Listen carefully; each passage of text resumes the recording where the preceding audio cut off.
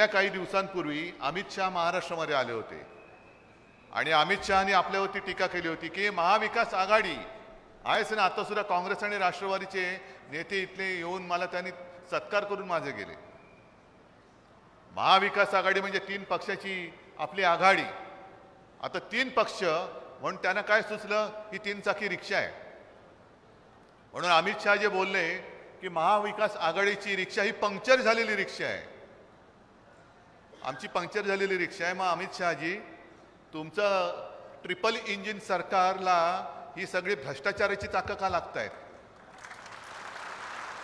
आमची रिक्षा पंक्चर झाली असली तरी बघा ना रिक्षामध्ये किती लोक बसलेत. पण तुमच्या ट्रिपल इंजिन सरकार म्हणजे एक तर स्वतःचं आहेच, ते तर थापांचा धूर फेकतंय नुसता. वाफेचं इंजिन असं तसं त्यांचं थापेचं इंजिन आहे, थापा. एक स्वतः भाडोत्री जनता पक्ष आहेच बीजेपी, दुसरं मिंदे, तिसरं अजित पवार आहे. आता आणखीन एक चाक लागले अशोक चव्हाणांचं. म्हणजे यांना सगळी भ्रष्टाचारांची चाकं आणि भ्रष्टाचाराची चाकं लावून तुम्हाला काय वाटतं तुमचं इंजिन आता परत दिल्लीत जाईल? अहो, तुमचे पुढचे रूळ माझ्या जनतेने उखडून टाकलेले आहेत, कसे जातात दिल्लीत बघतो. आणि आज मी शेतकऱ्यांना एक विनंती करतोय, केवळ इथल्याच नाही राज्यातल्याच नाही तर देशातल्या शेतकऱ्यांना आज विनंती करतो आहे की जे शेतकरी उत्तरेतले रस्त्यावरती उतरलेत, माहिती आहे ना तुम्हाला का उतरलेत? हमी भाव पाहिजे, हमी भाव. आणि जे वचन नरेंद्र मोदीजींनी 14 साली दिलं होतं स्वामीनाथन समितीच्या अहवालाप्रमाणे आम्ही तुम्हाला हमीभाव देऊ, म्हणजे तुमचा लागवडीचा खर्च जो आहे त्याच्यामध्ये 50% अधिक रक्कम टाकू आणि जी रक्कम येईल ती तुमच्या मेहनतीचा तो तुमचा हमीभाव असेल. हे वचन कोणी दिलं होतं? दाबडी गावामध्ये चाय पे चर्चामध्ये मोठी मोठी वचनं कोणी दिली होती? मग त्याच्यानंतर जेव्हा दाबडी गावाची लोक शेतकरी दिल्लीमध्ये गेले होते, भेटायला नाही दिलं त्यांना मोदींना. आता सुद्धा गेल्या 8-15 दिवसापूर्वी मोदीजी इकडे येऊन गेले यवतमाळमध्ये.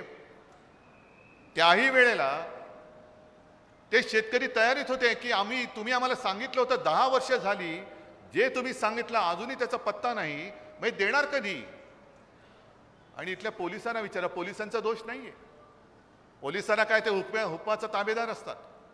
पण पोलिसांना सांगून त्या शेतकऱ्यांना गप करण्यात आलं. म्हणजे निवडणूक आल्यानंतर ये मेरा परिवार है, चाय पे चर्चा, नंतर चहा काय पाण्याचा थेंब सुद्धा देत नाहीत तुम्हाला.